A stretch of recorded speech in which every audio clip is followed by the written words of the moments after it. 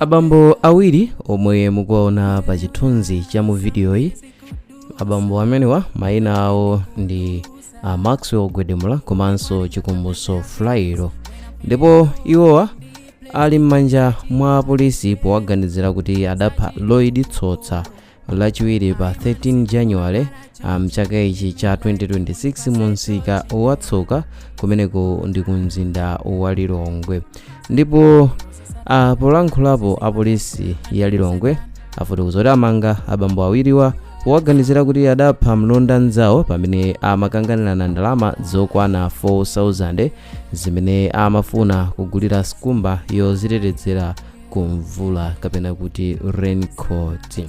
Ndipo achigalu amene ndi wamkulu wa polisi kumeneko, achigalu ati Atsotsa atalandira ndalamazi kwa bwana awo Agwedemula ndi Flairo omwenso amagwira ntchito kwa bwanayo, adayamba kuwaseka kuti ndalamazi zachepa zimene zidapangisa kuti pakhale ndewu pakati pa atatuwa.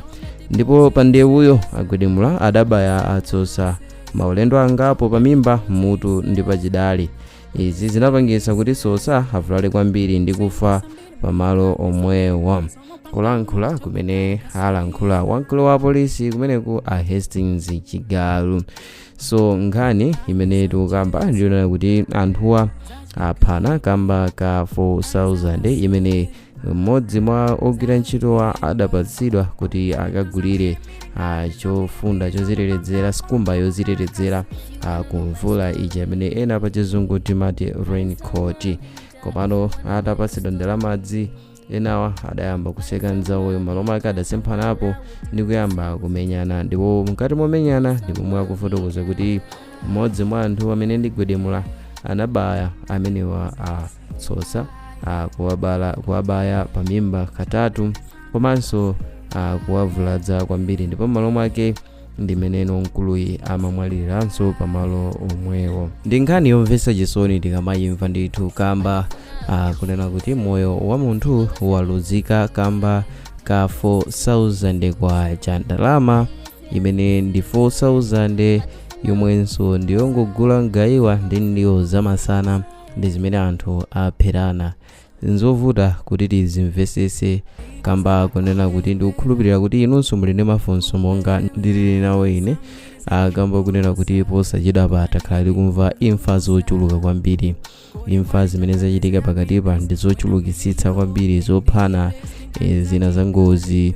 Tikukambanso kunena kuti mbuyo mutidakupatsirani video kunena kuti so mlonda wina adaphedwa, komwe tikukumbukira bwino mbuyo mutidakupatsiraninso video imene tinkafotokozanso kunena kuti mlonda wina waphedwa ku nyumba ya mmodzi mwa anthu amene adafa nawonso pa ngozi ya anthu 4 amene adafa ku ntchewu amene amapita ku Lilongwe ku show ija ya eri njuchi.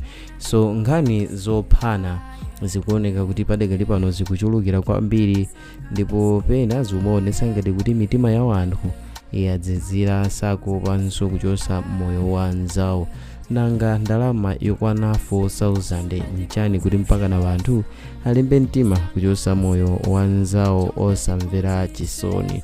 Pali mawu amene ndimawakonda, amene ndimawabwereza ndimakamba kuti mene zateremu ndiye kuti ngati anali wokwatira ndiye kuti asiya ana ena ake pa umasiye, mkazi wina wake ndiye kuti nso kupeza kwa zinthu kukhala kovuta, ndipo ana moyo wawo uyambano kulimba. Ndi zinthu zovuta kuti zimveseseke kuti nanga ngati anali yoti akwawonso akudalira pa iye ndiye kuti aduliratu maloto onse akwawo komanso iye maloto omwe adali nawo mwina pa zofuna kuti azikwaniritse monga ngati munthu choncho pomuchosera moyo alakwitsa kwambiri. Nkhani ya ndalama yokwana 4,000 chimene amalekera kungokambirana nchiyani kuti mpaka nafike pochotserana moyo ndi kubayana. Zinthu zoti zinali zomvetsetseka, zinthu zoti anthu anakakhala pansi akanatha kumvana chinthu chimodzi ndi kukambirana.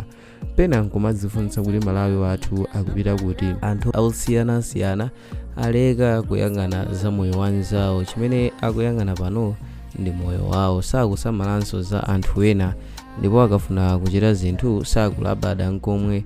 Zimene aganiza mu nthawiyo ndi chimene akumachita. Moyo wa munthu padakali pano anthu sakuona ngati kanthu sakusamala chimene chize mutu mwawo ndi chimene akumachita. Komano timayenera kuti ngati dziko tikhale pansi ndikuonesesa kuti kodi tikupita kuti mwina pali chomwe talakwisa tusowekera mapemphero chifukwa nkhani yophana ndi yafika pa inde anthu akuphedwa siku ndi tsiku, ndipo tikalowa masamba anchezomu situmalephera kupeza nkhani yokhuza kuti ena ake aphana kwina kwake, zimene zikupirikabe mafunso kuti kodi dziko lathu likupita kuti. Komano chimene tinenerekanso tidziwe ndichonena kuti mdziko timayenera kumapatsana ulemu komanso kumalabada za moyo wa anzathu, osamangotenga ife kukhala ofunikira kuposa chilichonse. Nanga kupha anzathu ndi tanthauzo losa labada za ena kumene kuli kusachita bwino, chifukwa choti monga ndakamba kale chonchipa timakhala kuti tasiya ana ena ake pa umasiye, mkazi wina wake ndiye kuti ino wakhalano pa mavuto chifukwa chochosedwa moyo kwa mwamuna wake. So amene tikumachita michitidwe tinayenera kunena kuti tizilingalira komanso kumvetsesana ndi anzathu pamene tasemphana. Posiriza pa video imeneyi ndimafuna nditamva ndemanga zanu komanso maganizo anu maka pa nkhani imene ndakupatsirani, tukamba kuti azibambo awiri amene mukuona muchithunzi cha videoyi apha mzawo yemwe adalugwira naye ntchito. Onsewo adali azilonda komanso kwa bwana mmodzi.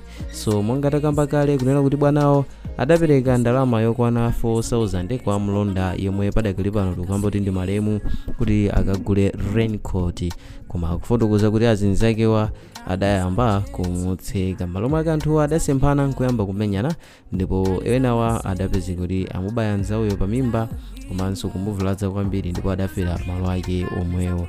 Ndimafuna nditamva maganizo anu maka pa khalidwe limene likuoneka kuti padakali pano likupita ndilikulira kamba kuna kuti nkhani zophanaphana panopa ndi zikuchuluka. So inu mukutipo bwanji pa kuseruzika kwa anthu komwe padakali pano ali nako maka munyengo iyi pomwe tikukamba zona zoti imfa ndi zikuchulukira. So through comment section ndimene tingadziwire maganizo anu. Andi mu video ya mtsiku lalero mudali ndine wanu Mike Thompson, ndipo ngati mwayikonda onse wala kuchita like komanso subscribe kuti tithenso kupatsirani ena mwa videos amene tikatokonzerani pano pa Sam Vita YouTube channel. Bye.